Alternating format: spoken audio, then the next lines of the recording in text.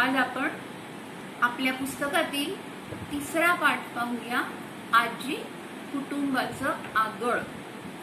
हा धडा लिहिलेला आहे महेंद्र कदम यांनी। मराठीचे हे गाढे अभ्यासक आणि लेखक आहेत। कवितेची शैली, मराठीचे वर्णनात्मक भाषा विज्ञान, कादंबरी, सार आणि विस्तार इत्यादी त्यांची पुस्तके प्रसिद्ध आहेत। कथासंग्रह प्रसिद्ध आहे आणि 2007 साली त्यांना महाराष्ट्र शासनाचा पुरस्कार मिळालेला आहे, दादोबा पांडुरंग हा पुरस्कार। पाठाचा परिचय पाहूया आपण। ग्रामीण संस्कृतीतील एकत्र कुटुंब पद्धतीचे अनुपम दर्शन या पाठातून घडते। मानवी नातेसंबंध, त्यातील सुरक्षितता, त्यांचे परस्परावलंबन आणि या सगळ्याचा आधार असणारी कुटुंब प्रमुख आजी।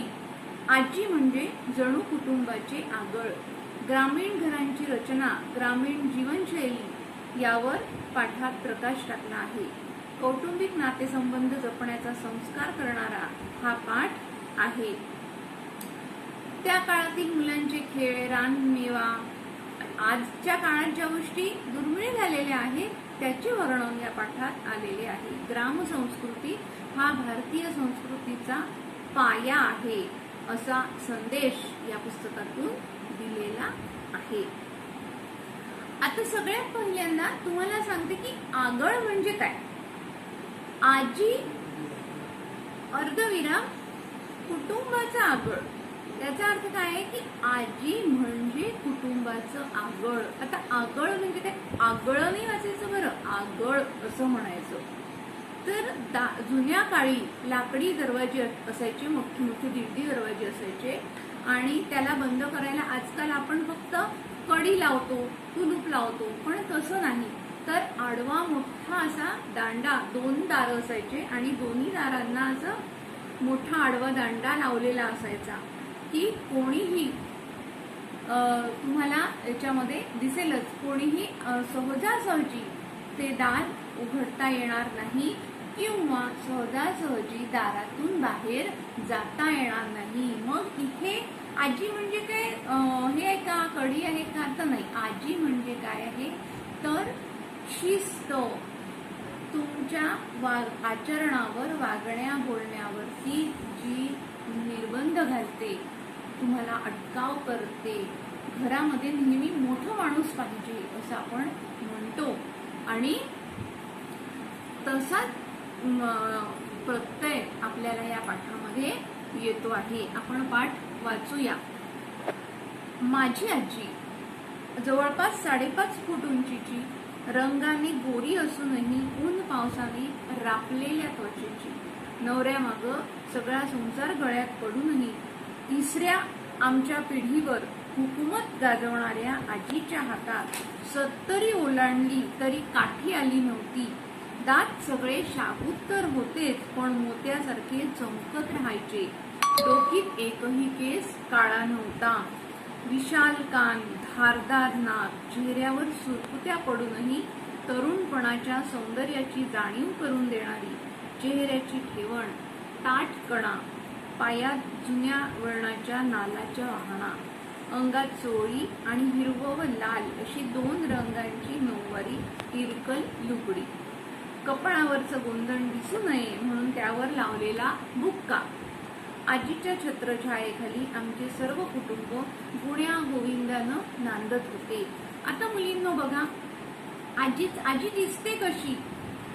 लेखकांनी सांगितलं की माझी आजी दिसते कशी, त्याचं वर्णन पूर्ण केलेलं आहे की एकही केस डोकीमध्ये काळा नाही, म्हणजे सगळे केस पांढरे झालेले आहेत आणि 70 ओलांडली आहे तरी पण हातात काठी, म्हणजे बिना आधाराच्या आजी व्यवस्थित चालू शकतात। ताठ आहेत अजूनही, तब्येत सुदृढ आहे।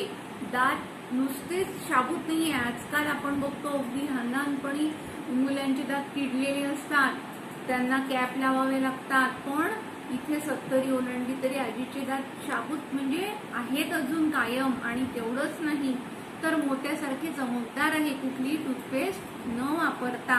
कितीतरी गुणवैशिष्ट्य याच्यामध्ये आजीच्या लक्षात येतात आहे की राहणी कशी आहे तर साधी आहे. दोनच लुगडी नेसतात, एक तर लाल रंगाचं नाही तर हिरव्या रंगाचं. पायामध्ये वाहणं सुद्धा जुन्या घालते आहे आणि सुरकुत्या पडूनही तरुणपणात असणारं सौंदर्य लपत नाही आहे. म्हणजे तरुणपणी आजी किती सुंदर असेल हे सुद्धा लेखकांनी आपल्याला सांगितलेलं आहे. हे वर्णन वाचून ऐकून तुम्हाला बघा तुमच्या पण आजीची आठवण आली असेल. आहे ना तुमची पण आजी अशीच? आपण आता पुढे पाहूया. पुढचा परिच्छेद आपण पाहूया. आमच्या घरी लेखक सांगून राहिले एक गावरान गाय होती. गावराणी, हा जर्सी नाही. तिला आम्ही कपिली म्हणायचो. त्या गाईचं नाव आहे कपिली. काळ्या रंगाची जी गाय असते तिला कपिला म्हणतात. एका आड एक वेताला तरी खोंड ती नक्कीच द्यायची. खोंड म्हणजे काय? वासरू. म्हणजे दरवर्षी एक वासरू तिला नक्की व्हायचं. त्यामुळे दावणीला कायम कपिलीचीच बैल असायची.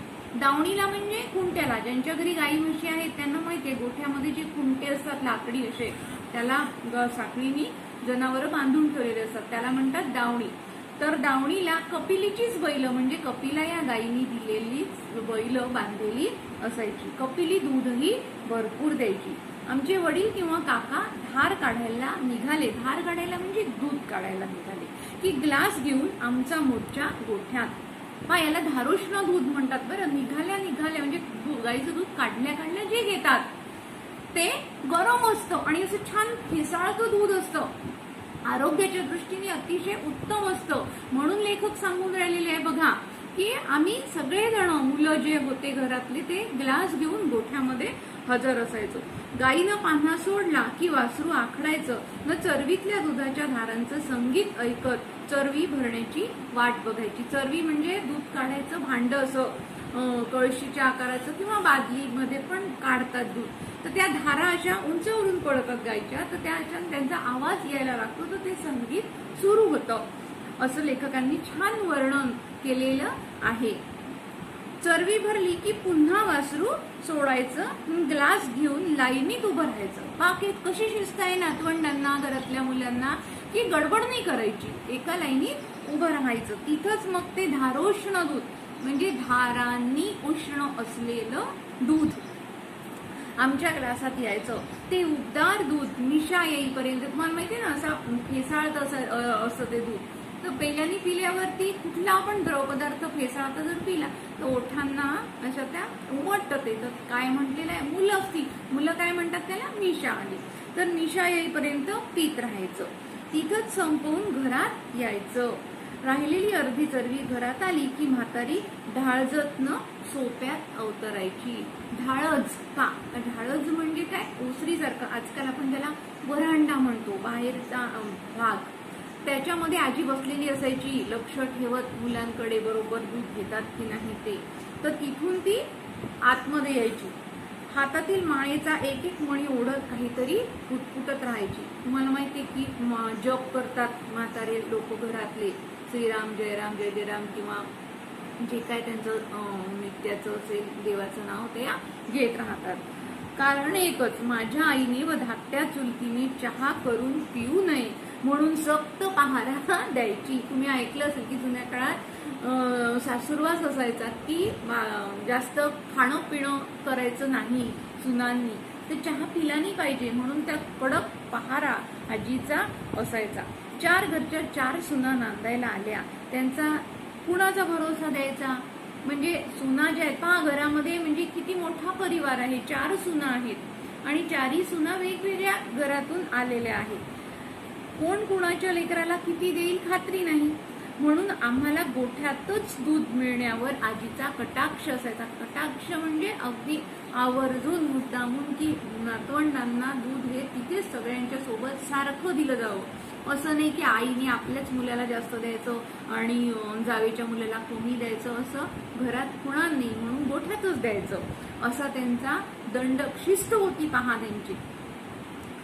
आजी तिथं बसण्याचं आणखी एक कारण होतं. आमची आई थोरलीही होती. आपण बसून जावांना कामं लावायची. खरं तर आजीनं सगळ्यांना कामाच्या वाटण्या करून दिलेल्या.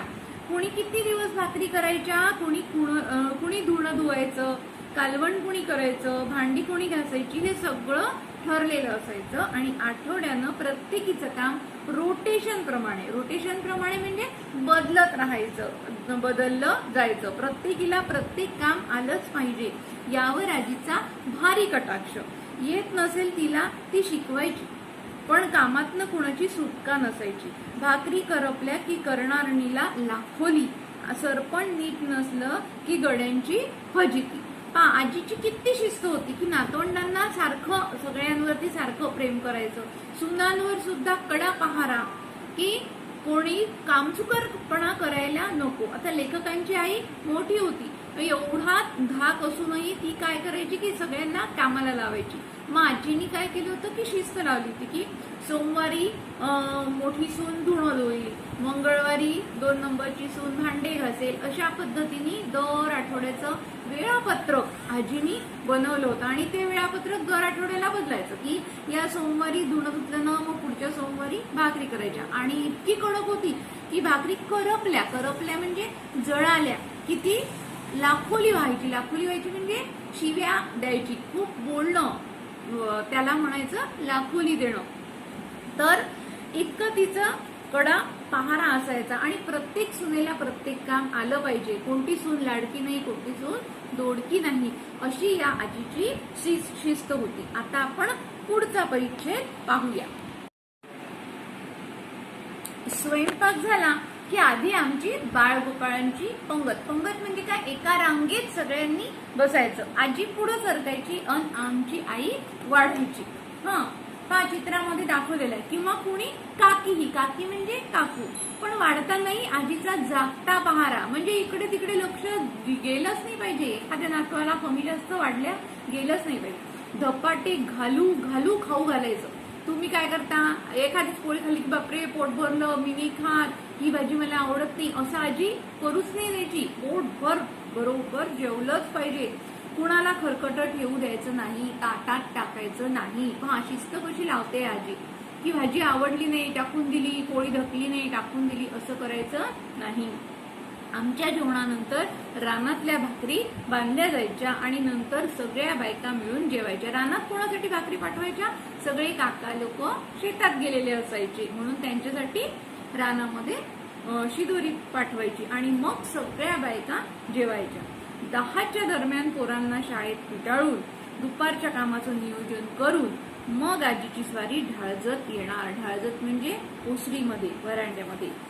जुना वाडा तुम्ही पाहिला असेल की मध्ये घर असायचं आणि घराच्या दाराच्या मध्ये आणि घराच्या मध्ये असा मोठा चौक असायचा, तर त्याच्यामध्ये आजी बसायची.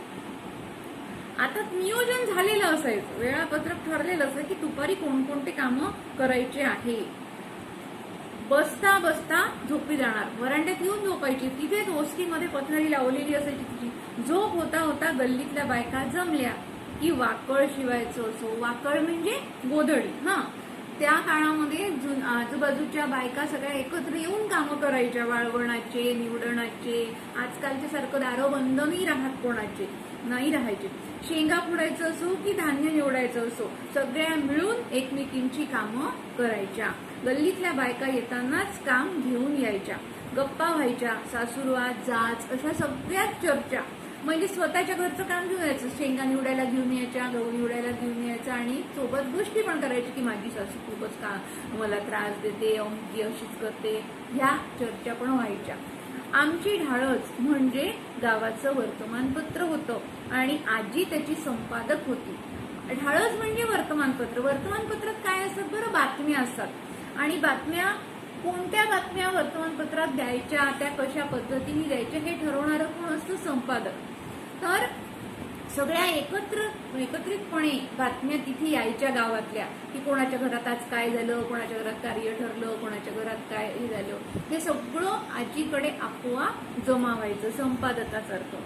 तर सगळ्या बातम्या तिथं यायच्या, त्यांची शहानिशा व्हायची. शहानिशा म्हणजे खरं खोटं करून देणं की हो खरंच का, तसंच झालं का.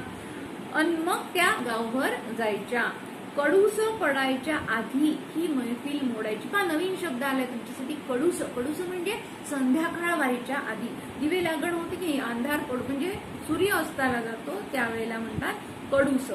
माणसांची वेळ झाली की म्हातारीची ढाळत सुटायची. आता रानातून माणसं घरी येणार, तर घरी येणार म्हटल्यामुळे आजी मग त्या ओसरीतून आतमध्ये यायची. माणसं ढाळजत बसायची. रात्री 8च्या दरम्यान ढाळजचा दरवाजा लागला आणि एकदा आतनं आगळ टाकली की वाडा शांत व्हायचा. का संध्याकाळी आले लोक, मग घरातले माणसं तिथे बसायचे. मग जेवण व्हायचे आणि जेवण झाले की दरवाजा बंद. मग कोणीही बाहेर जायचं नाही. ही आगळ दरवाजाला लावणं किंवा ती काढणं म्हणजे आमच्यासाठी दिव्य असायचं. खूप वजनदार असतो. तुम्ही कधी बालाजी मंदिरात गेलात तर आपण मी दाखवेल तुम्हाला की आगळ कशी असते. असं मोठं दोन्ही भिंतींमध्ये छिद्र असतं आणि चौकोनी असं पूर्ण लाकडी आडवी बल्ली आतमध्ये ती जाते, सरकवल्या जाते आणि वजनदार असते ती. दोन्ही दारं पूर्ण आडव्या बल्लीनी बंद केल्या जातात. तर ते दिव्य काम असतं, म्हणजे खूप वजनदार मोठं काम असतं, जड काम असतं ते. मुळात ही 6 फुटांची लांब, लक्षात घ्या हं, आगळ किती लांब आहे 6 फुटांची आणि रुंद किती आहे 1.25 फूट. 1 फूट म्हणजे किती अंतर होते 12 इंचाची स्केल होते पहा. तर तेवढी रुंद, एवढा मी तुम्हाला सांगितलं की लाकडी दांडा असतो तो आगळ म्हणजे. तर एवढी रुंद अशी ती आगळ, सागवानी, ती पण प्युअर लाकूड, असं तुटकं फुटकं नाही आपलं. एका भिंतीतल्या देवळीत आरपार जायची. जसं मी तुम्हाला सांगितलं आरपार पूर्ण आतपर्यंत. भिंत म्हणजे आतमधून किती हे असणार ती आरपार घालवून दरवाजा उघडणं किंवा तिच्या तोंडाला असणाऱ्या पितळी वाघाच्या जबड्यातील कडीला, ती जी आगळ आहे तो आडवा दांडा असा जातो पहा मध्ये, तर तो ओढून काढायला कडी असते. तुम्ही जुने जर तुमच्या कोणाच्या घरी असतील जुने जर पाट वगैरे पाहिले तर पितळी असे त्याच्यावरती खिळे ज्या ठिकाणी ठोकतात तिथे पितळी असं डिझाईन केलेलं असतं. तर या आगळीच्या या तोंडाला वाघाच्या तोंडाचं पितळाचं डिझाईन आणि त्याला अशी कडी लावलेली. तर त्या जबड्यामधून जणू काही आपण असं ओढून राहिलेलं अशी ती आगळ होती. ही आगळ म्हणजे दरवाजाचं, पर्यायाने वाड्याचं भरभक्कम संरक्षक कवच होतं. मी तुम्हाला सांगितलं की एकदा आगळ लावली की कोणाच्या बापाला तो दरवाजा उघडल्या जात नाही. कुलूप असतंच वेगळं, कडी कोंडे कुलूप वेगळं आणि ही आगळ शिवाय वेगळी. कवच म्हणजे ज्याच्यापासून रक्षण होतं त्याला आपण काय म्हणतो कवच. म्हणून ही आगळ सुद्धा कवच आहे. तसंच घरातली आजी सुद्धा सुरक्षिततेचं कवच आहे. वाईट साईट आजी करूच देत नाही मुलांना, म्हणून तिला सुद्धा आगळ म्हटलेलं आहे. दुपारीही एकदा आगळ टाकली की उन्हाचं सुट्टीचं आम्हाला बाहेर पडायला संधी नसायची.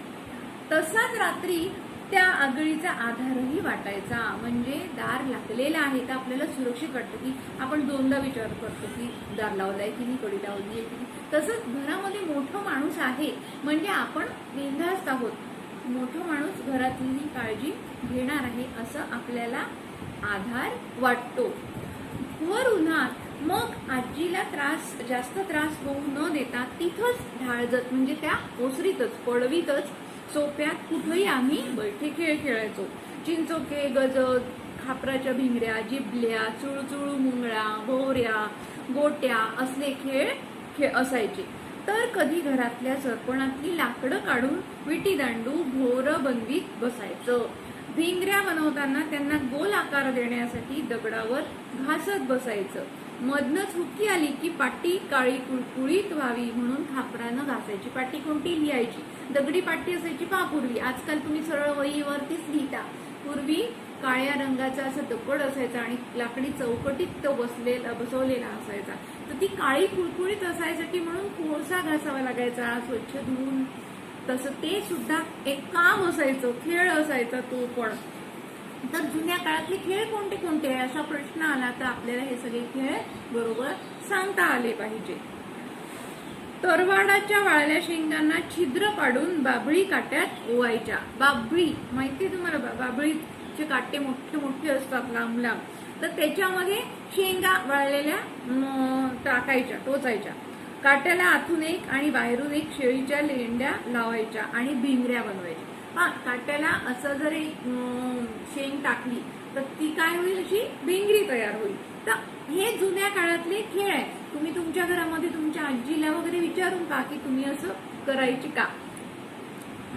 ज्वारीच्या ताटांच्या बैलगाड्या बनवायच्या. पूर्वी पहा धांडे यायचे, अजूनही कोणाच्या घरी येत असतील. गाई बैलांचं वैरण असायचं, चारा म्हणून जे धांडे मक्याचे वगैरे येतात ते वाळल्यावरती अशी सोनेरी रंगाचं साल त्या धांड्यांचं निघतं, चरवट. मी पण लहानपणी केलेलं आहे. त्याला यांनी काय शब्द दिलेला आहे, ज्वारीच्या ताट. तर त्याच्या छोट्या छोट्या बैलगाड्या बनवायच्या. वेगवेगळी खेळणी बनवता येतात त्या धांड्यांपासनं, त्या कवचापासनं. तालमीतली लाल माती आणून बैल बनवायची. तालमीतली म्हणजे काय, आखाडा, जिथे व्यायाम केला जातो तिथे मुद्दाम लाल माती टाकलेली असते, मऊ असते ती कारण म्हणून. तर ती माती आणून त्याचे बैल बनवायचे. म्हणजे खेळ आहेत बरं का हे सगळे. कधी गोल गोटे आणून ते घडत बसायचे आणि त्यांचे छान छान गोल गोट्या बनवायच्या. मग सगळ्यांचा डोळा चुकवून हळूच चटकी मारायची, म्हणजे चटकायचं आणि गोट्या खेळायला जायचं. तिथंच खुरीचा डाव रंगायचा, म्हणजे एकमेकांना हरवणे. असं खूप गोट्या, गारगोट्या खेळणे, कंचे खेळणे असं खेळ चालायचे. ज्यांना खेळायची संधी मिळायची नाही ती पोरं माकडासारखं वडाच्या पारंब्यांना लोंबकळत राहायची, झोका खेळायची. तुम्ही पाहिलं असेल नागपंचमीचा सण आत्ताच होऊन गेला. झाडाला पाळणा लावतात, पण पोरं काय करतात, त्या पाळण्यात नाही खेळत, वडाच्या झाडाच्या पारंब्यांना ते लटकतात. उतरताना पारंब्यांच्या शेंड्यांना फुटलेली पिवळी पालवी शेव शेव म्हणून खायची. मोठे मोठे जे जुने झालेले झाडं असतात त्या वडाच्या झाडाला पारंब्यांना लांब असे पिवळे असे दोऱ्यांसारखे लटकलेले असतात, तर ते शेवेसारखं दिसतात म्हणून ते शेव शेव म्हणून खायची. देवळात जायची, घंटी वाजवून म्हाताऱ्यांची झोपमाळ करायची. एखाद्या भर दुपारी मग तिथनच मोर्चा विहिरीकडे वळवायचा. म्हणजे मोर्चा म्हणजे सगळेच्या सगळे मुलं एक सोबत विहिरीवर जायचे. मनसोक्त पोहायचं, भरपूर पोहायचं. असं काही तिथे म्हणजे कशाचं हेच नाही, छान मनसोक्त खेळायचं. शिवणा पाणी खेळायचं. शिवणा पाणी म्हणजे पकडापकडी खेळायचं. मुटकं टाकून पाणी उडवण्याची शर्यत लागायची. म्हणजे असं शरीराचं एकत्र असा गोळा करायचा आणि जोराने उडी मारायची. त्याच्यामुळे जितकी उंचावरून उडी मारू तितकं पाणी जास्त उडणार बाहेर. कंटाळा आला की ओल्या अंगाने तिथंच मातीवर लोळायचं. इथे काही हायजीन, आरोग्य वगैरे, स्वच्छता वगैरे ही काही भीतीच नव्हती त्या काळामध्ये. इतकं स्वच्छ वातावरण, शुद्ध वातावरण तेव्हा होतं. चटके बसायला लागले की पुन्हा पाण्यात उड्या. थकून घरी यायचं आणि भाकरीवर उड्या टाकायच्या. भाकरीवर उड्या म्हणजे उड्या मारायच्या का नाही, तर खूप भाकरी खायची, खूप भूक लागून जायची ना इतकं खेळल्यावर. लाल डोळं आणि पांढरं पडलेलं अंग बघून आजीचं बोलणं खायचं. पाण्यामध्ये जास्त पोहल्यामुळे तुम्ही पहा खूप जोरदार पाण्याचे हपके मारा चेहऱ्यावरती, तुमचे डोळे लाल होतात आणि सारखं सारखं पोहून आणि इतकं ते मातीमध्ये खेळून सगळं शरीर कसं होऊन जायचं, पांढरं पडायचं. तर आजी बरोबर ओळखायची आणि मग आजी बोलणी द्यायची. बोलणी द्यायची म्हणजे ओरडायची, रागवायची. असल्या सगळ्या निसर्गदत्त वातावरणात निसर्गदत्त म्हणजे निसर्गाने दिलेल्या वातावरणात बालपण आकारत होतं. गाभोळ्या चिंचा म्हणजे पिकायला आलेले चिंचा, मिठाचे खडे आणि कच्च्या कैऱ्या. तुम्ही खाल्ल्यात का? कच्च्या कैऱ्या खाण्याच्या तेही दगडांनी पाडून वेगळीच मजा आहे. बांधावरची बोरं, चिंचांचा तौर, उंबर, ढाळ, काटाड्यावर भाजलेली कणसं, गहू ज्वारीचा हुरडा, कच्ची वांगी, गवार, छोटी तंबाटी, शेळ्या, कलिंगड, शेंदाड, करडीची पात्राची भाजी, ज्वारीची हिरवीगार ताटं, कवट, तुरीच्या मटकीच्या शेंगा, त्यांची उकड, हुलग्याचं माडगं, असा सगळा रानमेवा पोटात जात होता. इतके छान छान नावं सांगितलेली आहे की तोंडाला पाणी सुटलं. पण मला माहितीये की तुम्हाला याच्यातले अर्धे नावही माहिती नाही आणि अर्ध्या गोष्टी तुम्ही पाहिल्या पण नाहीये. मग काय करायचं, व्यवस्थित वाचायचं आणि माहिती गोळा करायची की हे सगळे जे काय लिहिलेलं आहे बा, छोटी तंबाटी म्हणजे काय, शेळ्या शेंदाड म्हणजे काय, हे घरात विचारा, चौकशी करा. तुमची चौकस वृत्ती असली पाहिजे. करडीची भाजी म्हणजे काय, कशी असते करडीची भाजी, असा सगळा हा राममेवा.